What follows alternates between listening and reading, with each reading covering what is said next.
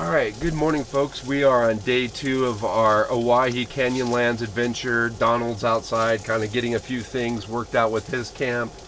We are trying to get moving pretty quick. If you followed along on day 1, you know we've worked our way down into this canyon. The road down in here was a little bit more aggressive than I like to take the van on, so we are kind of moving quickly because this morning it's not the best looking weather and the potential of rain is in the air. So we'd like to try to get out and back on top and on the main trail before any of that happens. So I've got a quick breakfast I got going on here. That's just going to be some sausage McMuffins. I've got some pre-cooked sausages, muffins, eggs, and some pepper jack cheese. Already got the morning coffee going. So we're gonna get this done, and then we're gonna work on getting out of this location. All right, so we've had our breakfast. We're just getting cleaned up a little bit. It does seem like it's got some potential for some clearing today, so maybe my concerns about rain aren't too possible, but yeah, we're still gonna get worked out, get everything cleaned up here, get ready to travel, and see if we can make sure we can get up out of this hill without wrecking or breaking anything.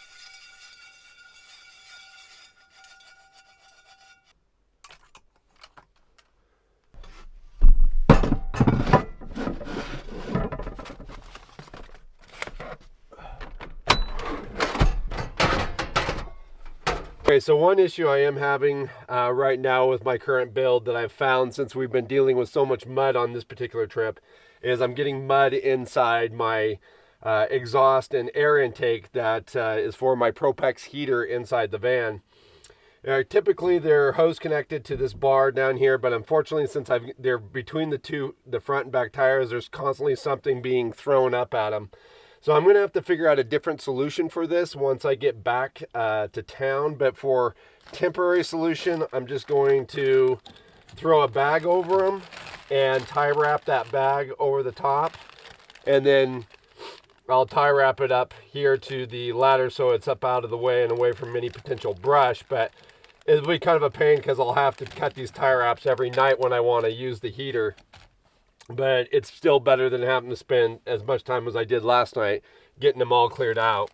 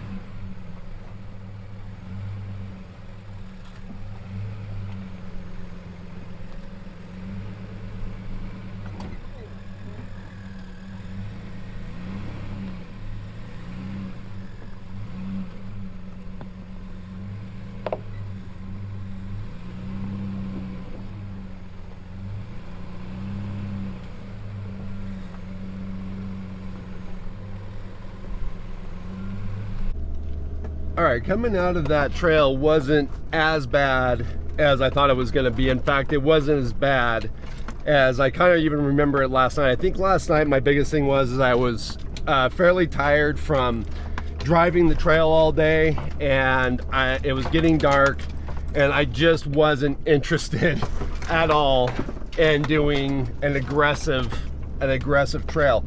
And I mean, that trail is definitely no joke, and if you ever come out to this area, I highly suggest that maybe you walk it a little bit and make sure it's something you're comfortable with doing. At this point now, if I got out here earlier in the day and I was feeling a little bit more fresh, I might be more willing again to do that trail with the van and check out a little bit further down, because with some of the drone footage I saw, it did appear that there was an area down lower that might have been a little bit nicer camping spot and with better views of the river and everything. So you know, again, that's part of what these overland trips are about. Like when we're checking out area we've never been into, is just kind of looking things over and seeing what's out there, because a lot of times what you see on satellite images isn't as good as what you see out in the field, you know, or you're not going to get a full idea of what you're getting yourself into until you actually get out there. So right now there was another potential camping spot up on a bluff over here, so we're going to go check that out real quick, see if it's something we won't camp there tonight, but see if it would be something that we'd be interested in on another time.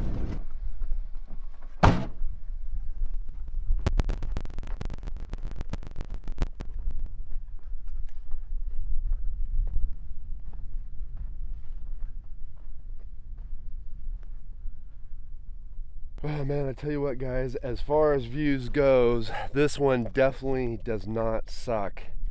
To the point, I almost kind of wish that we would explored and checked this out last night first, because I think if we would have saw this, we wouldn't even opted to hit the second spot. We would just wanted to camp here. That, you know, that's just kind of the way things are, and I just know now for next time that this is probably going to be the location that I want to spend time. It's just an absolutely stunning view from this vantage point.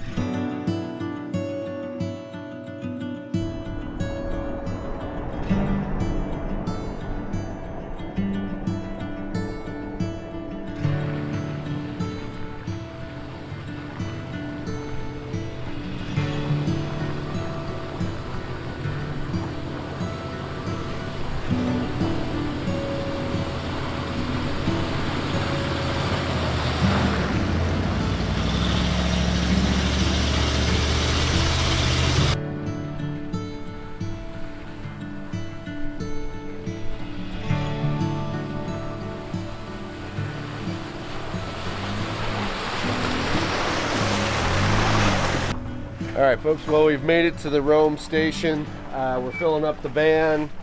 We went quite a ways today on E. We went about 26 miles. We were definitely running out. I mean, I still had the full 10 gallons in the back. I was just being too lazy to get it off the van and fill up. But we've made it to the station, so now I can hold on to my 10 gallons in the back for our next leg of our trip, which is going to be probably the longest distance that I've ever done with the van without even an option of a fuel stop. So it'll be good to have that 10 gallons. We'll fill her up full here, but yeah, this is, you know, like fuel stations in this area are far and few between. We won't see another one until we get to Vail. Use mine. You used a debit card? Mm-hmm. And same card as you're using. Really? Mm-hmm. Lift up then. There we go.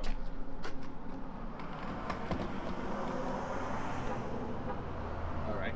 Gas is flowing, so that's a good sign.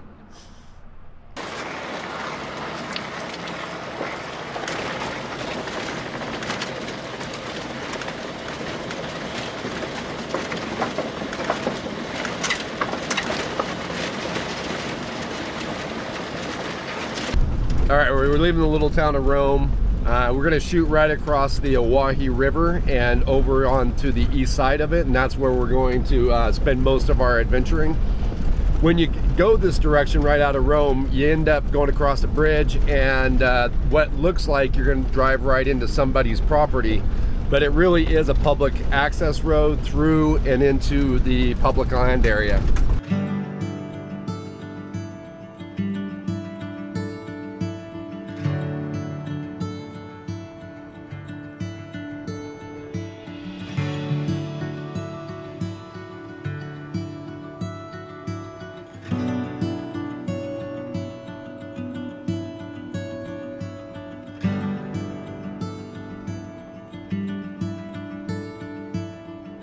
All right, folks. Well, I think we found a perfect place to camp tonight. This spot is absolutely stunning and gorgeous. We have a great view of the Owyhee River Canyon, and it looks absolutely gorgeous. I camped somewhere very similar to this, actually a little further down when I was in the Jeep Gladiator back in March, but I almost just given a precursory look of this location, I almost think I like this spot even better. I thought that spot was pretty amazing, but this one's really spectacular. Just big, wide, sweeping views of the river, and just beautiful canyons. Yeah, I think this is gonna be a great spot for the night.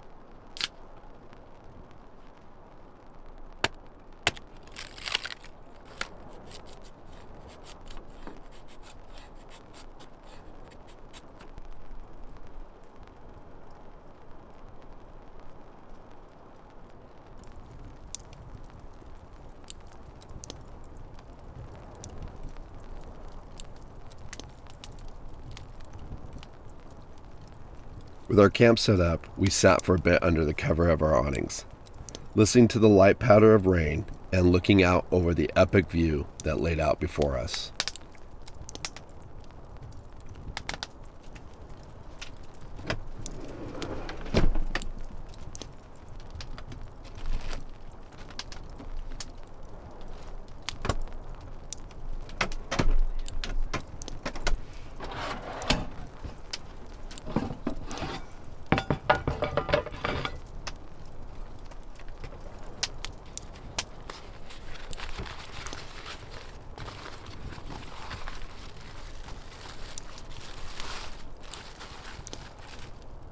As the muted gray light gave way to the darkness, we set into making our evening meals. Donald would be making a teriyaki pork, while I'd be frying a mixture of venison sausage and broccoli, covered in a sweet basil chili sauce.